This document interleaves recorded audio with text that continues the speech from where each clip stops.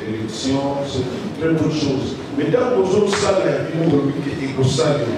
est-ce que aux gens contactent dans le Parlement? Parce que le Parlement va couper bazar à peut-être que c'est ça vraiment population. Comment voulez-vous dans la quatrième, on va s'en soucier par papier, on va aller par livre, c'est-à-dire que ma candidat va être payé.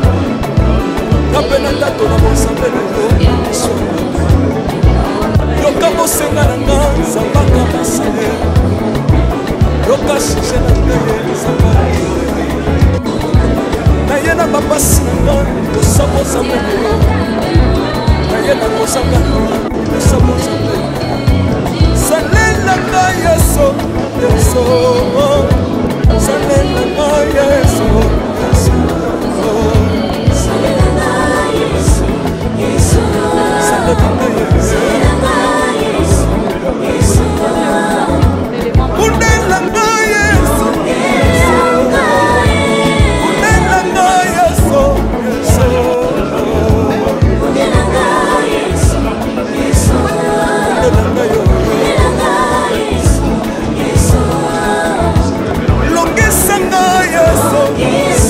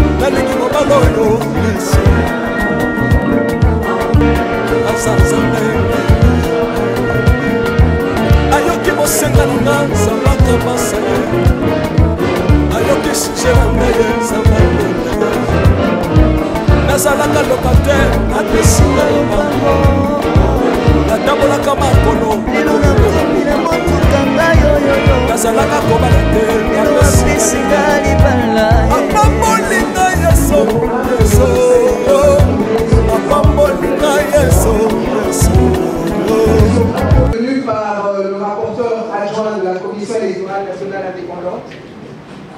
Ce mot sera suivi par le rapporteur adjoint de la CENI à dire son mot.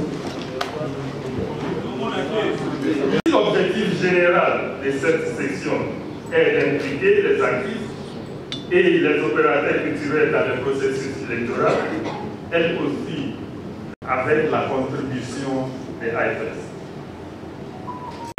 Pour la CENI. Les actifs conscients, c'est les actifs engagés, eux, les actifs neutres, N, et les actifs internes, informés et intéressants. Je sais que vous êtes toujours intéressants. Merci beaucoup pour cette opportunité. Merci. Parler un peu du processus électoral. Ensuite, nous allons vous dire ce que nous attendons de vous. Et après, il vous sera donné l'occasion de nous dire ce que vous attendez de nous, afin que nous puissions établir une très bonne collaboration ensemble. Babi au salamate. Tous comprendre que on point bazo bandema. Pour babi que to bandara na retard mini. Obi commission na biso ba chacun en place avec 28 mois de retard.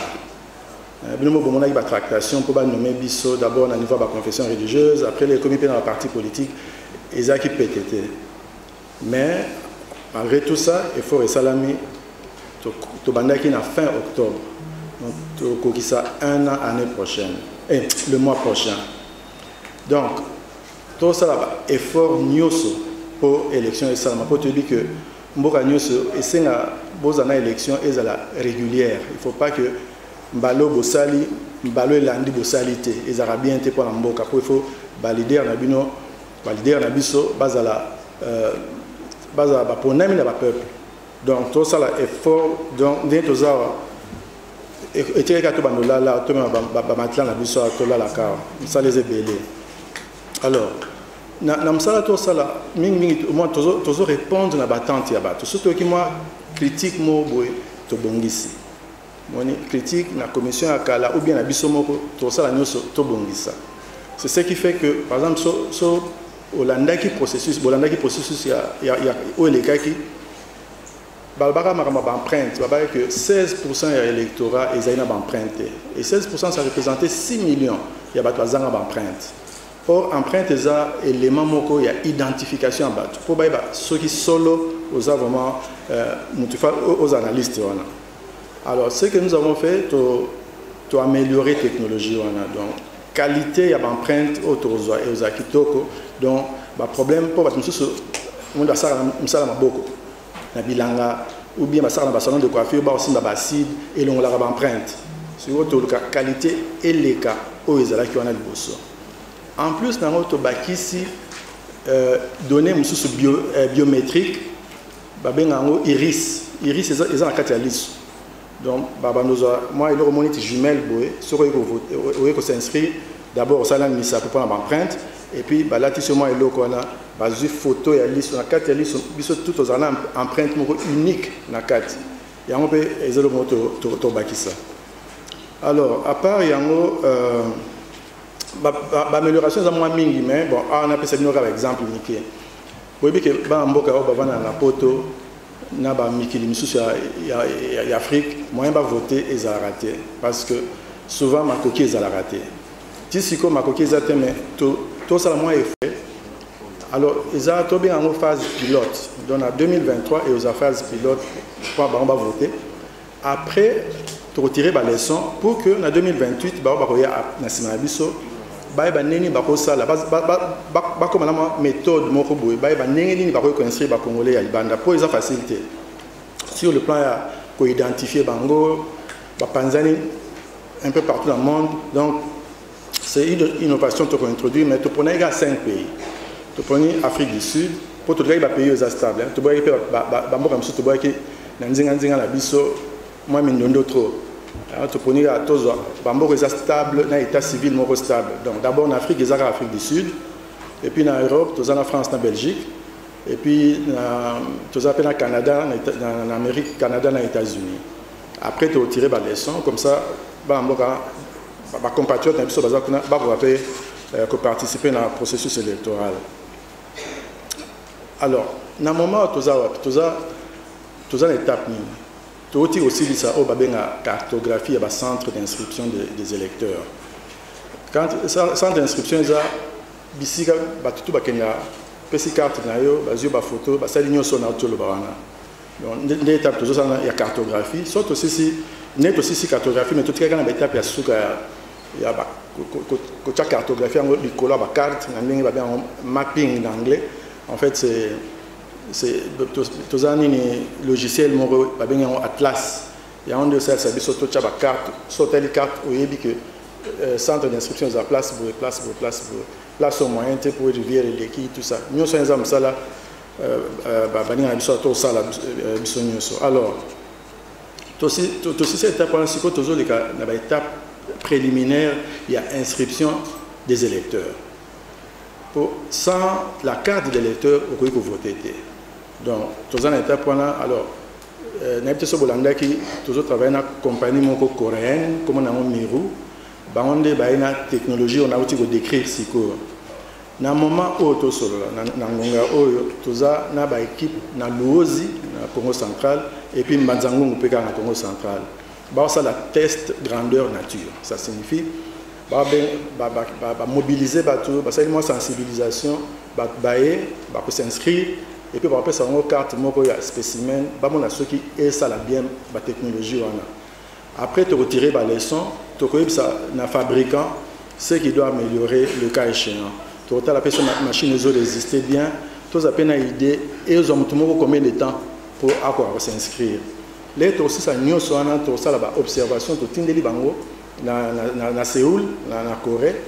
Alors bango siko ba apporter amélioration et puis ba produire en masse. Tous la machine presque 30 000 machines de tous les éléments.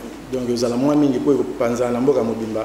Bon moni que mbalo tous en temps mingi avant inscription des électeurs pendant 18 mois l'amboka mobimba. Mbalo les éléments to betango presque 3 mois.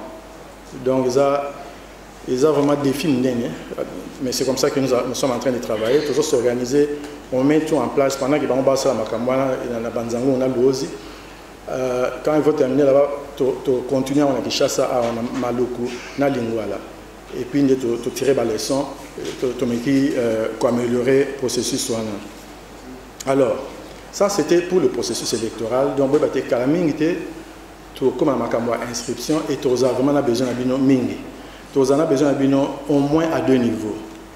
Niveau de sensibilisation, mais au-delà de la sensibilisation, tu as collaborer par rapport à l'image de la CENI. Au moins, si tu as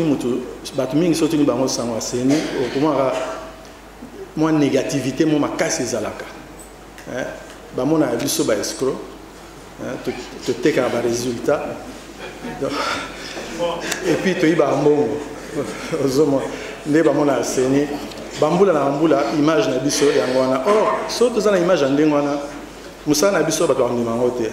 Pourtant volonté za aux gens idée. Ne bavanya bonne to vendre. Donc détermination donc makasi que makambo sala na bien.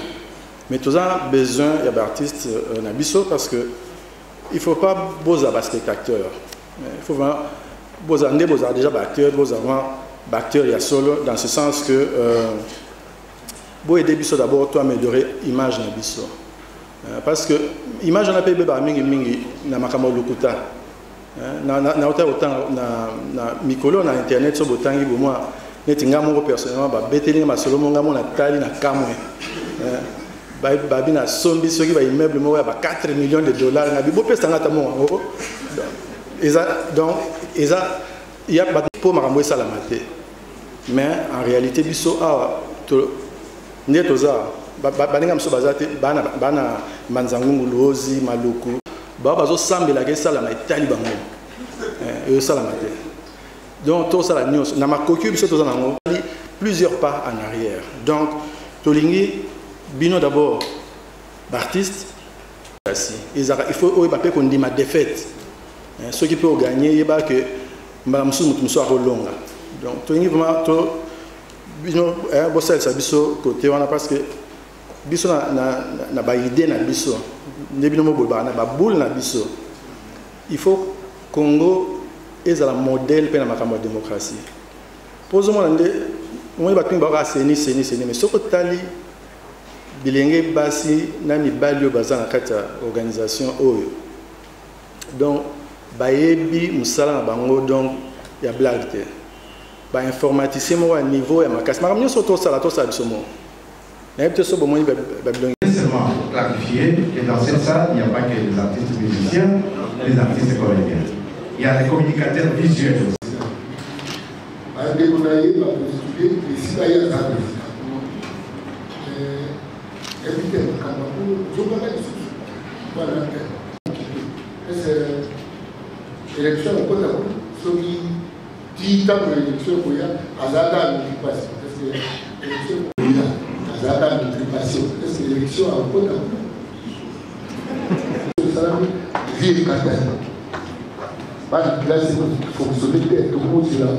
L'élection, c'est une très bonne chose. Mais dans vos autres salles,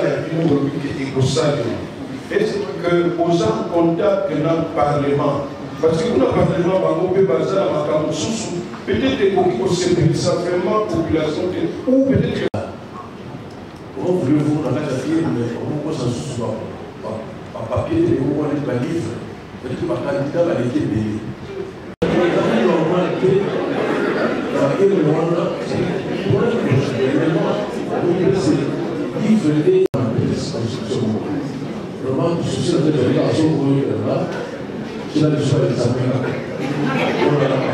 pendant que nous organisé l'élection. Il y a deux façons de voir la chose. D'abord, dans la constitution, nous avons le droit de être candidat. Donc, nous avons ceux qui, par exemple, des membres de la candidat, nous avons le droit de être la candidat. C'est la deuxième dimension, c'est éthique. Ceux qui ont dit que, moi je peux déjà vous garantir, moi je ne suis pas candidat. Bon, mais ceux qui ont dit salami c'est un éthique pour que nous ayons beaucoup de résultats. Donc on est c'est comme ça. Alors, territoire occupé, on est en institution, armée, gouvernement d'une façon générale. Biso, tu as place au Tokokoma. Mais ce Tokoma, c'est comme moyen de avancer, ça pour Bitumba ou bien pour l'insécurité. Quand le pays se développe, beaucoup de diversité, il y a industrie, tout ça, au moins la pression sur la politique est diminuera. Mais nous pensons au futur. Moi, il y a des Congolais de l'étranger. Je pouvais aussi, nos collègues, on pouvait dire, bon, et les Kanango. Mais on a dit que dans 5 pays, tu tirer la leçon pour la génération Ekoya et apprendre, tirer la leçon. Donc, ça signifie que nous ne vivons pas seulement le jour au jour, mais nous pensons au futur, à ceux qui viendront après nous. Babylone, nous sommes une innovation, nous sommes une pour Ramaramosa Mingi. Tout ça, une inscription des électeurs, quitte autre, il y a inscription des électeurs, équipement, et autant de l'énergie solaire. Pourquoi énergie solaire? C'est une énergie propre. Donc, quand ça fait future génération, il faudra un environnement sain. Donc, il y a un environnement durable. Donc, tu vas utiliser, pour la première fois, tu vas utiliser vraiment en majorité, peut-être 80%, et vous avez fait 100%. C'est ma candidature, tout pour ça, on peut m'en Monsieur Massoumou de Brendé a le but volonté, il y a 2023, il y a CENI. Et ça, en 2023, est-ce que tu as contacté le Parlement? C'est ça. En vérité, d'abord, avant même toute notre volonté à Parlement, il faut tout à nos constitutions de Bénin. Constitution de Bénin, pour ça, l'élection en 2018, en 2023, il faut que ça l'élection. Donc, étape à l'ibosser en Wana. Alors, bisous, tout ça, on a constitution. Tout la constitution. Ce qui mi décision, on va appeler et vous appelez dans le domaine. Alors, donc c'est tout la constitution. Oui. Question, il y a Félix, c'est très important. On a beaucoup de candidats, mais la vérité, c'est ça aussi la démocratie. Au quoi empêcher Moutité à la candidat. Mais Mbalo va côté quand même disposition au seuil de. Gary a vraiment fait séminaire pour l'initiative pour eux. Il y a quelque chose à part. Et dans la vie où je vais à la théâtre, moi ça a quelque chose sur le côté. Wow,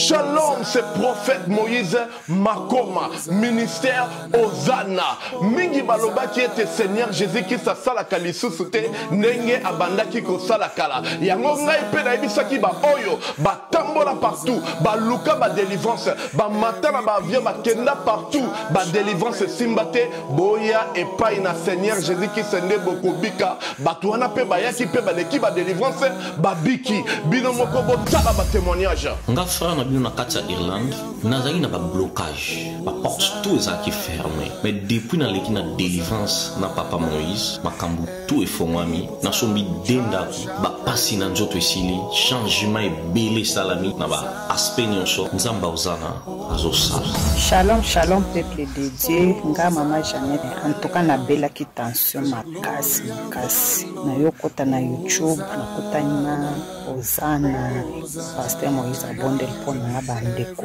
les mêmes jours na keipa docteur nanga atalinga tension sisili bilonyo sanda sanga palpitation sisili. Shalom peuple de Dieu, shalom mama Clémence na Paris na yiko témoigner moni na nzamba Ozana wa sai na bomo nanga nazali na problème mwana bane kolobate na bane kokene na orthophoniste donc ba déclarer ki mwana comme handicapé à olobate na etango na yiko ko l'exemple papa Moïse alekisi mwana délivrance lelo mwana na konoloba na yiko témoigner moni na nzambe ya bikamo asali na bomo na ngai nazali na problème mukanda to réponse na zaka ba riche na raison mo kozata na sens te lelo na ko mo se sengo na mukanda na zuki musala donc on a témoigner moni na nzambe ya Ozana asali na bomo na nga to kana nzambe na lobaki déjà awa ezali terminus bon s'abonner na papa Moïse prophète TV na YouTube dans la bino na moto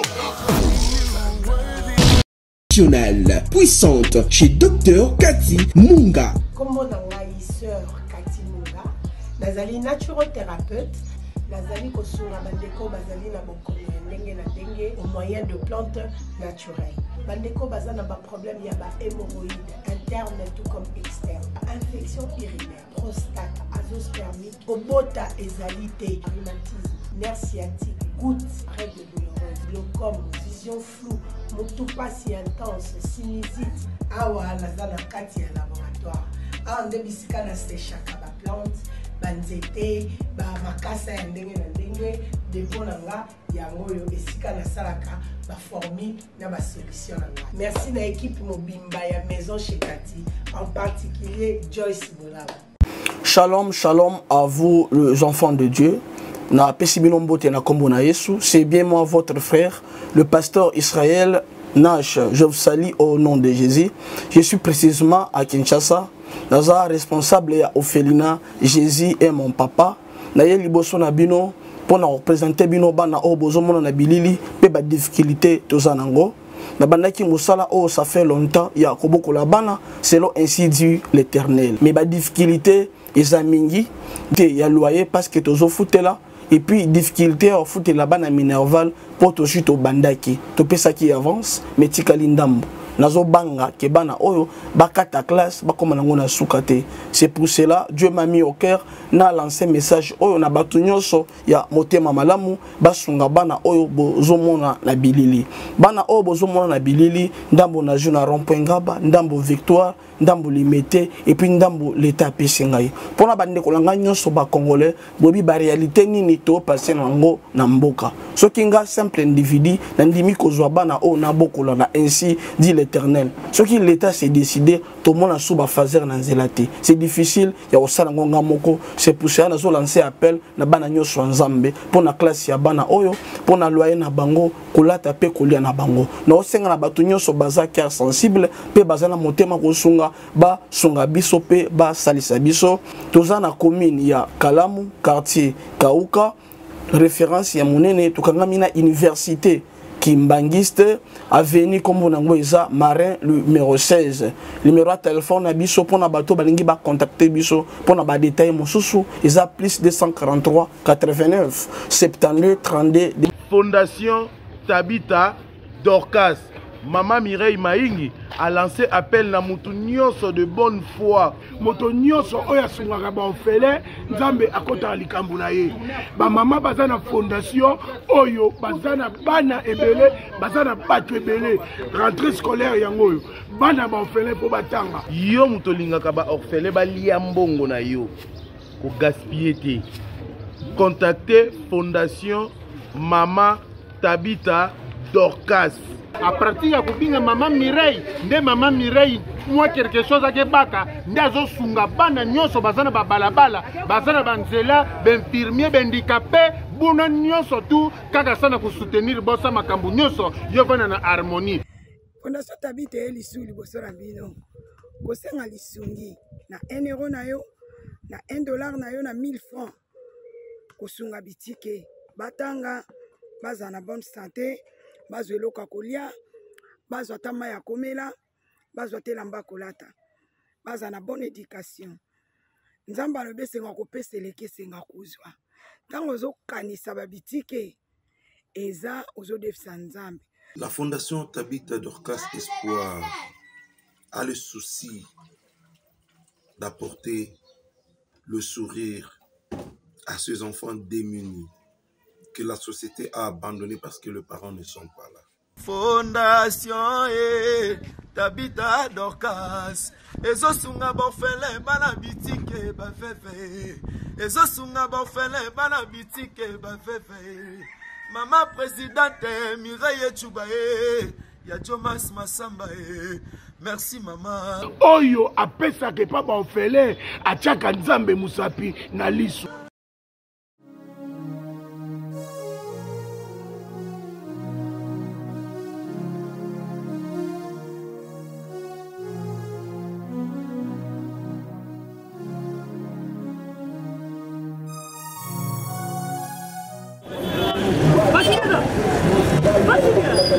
DiCaprio, ça va? Oh. Benny, ouais, ça va? D'abord nous naye na nzira wanazana Sainte-Thérèse bapesi na adresse ya agence oil ya fait oui allez retour oui combien de besoin oui ah tika supposé la Sainte-Thérèse les seuls elle lui dit comme ça oui.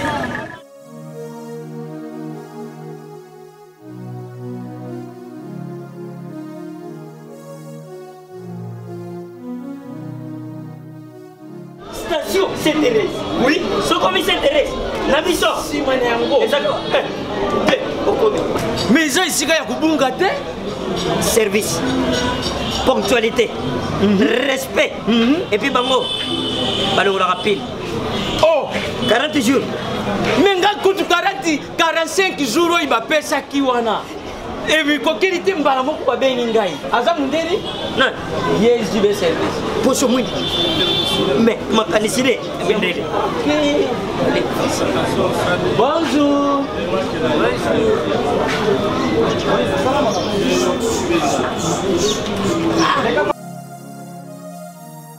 Papa Julien, DiCaprio, Papa Julien, DiCaprio, Omonio. na jibe service et puis ya José Baïla ah moto moyindo na mayele mo ya mundede atoshe tonga na yo mutu ekolongwa te okozotonga no mobimba yango jibe service eza kaka wana kisasa teyeya oh Angola Brazzaville tozokete kala mingi te mokili mobimba abino aujourd'hui donc alongoli biso pili ya makambo ezalaki 40 jours mais okomona contenir esali 6 mois papa sile yebisala bavoisin oyo basala bandeko na meki na poto place ya serie ya kotia biloko eza epai ya José Baïla Jibe service eza kubeta bango toujours frappe finale frappe na retour t'inquiète awa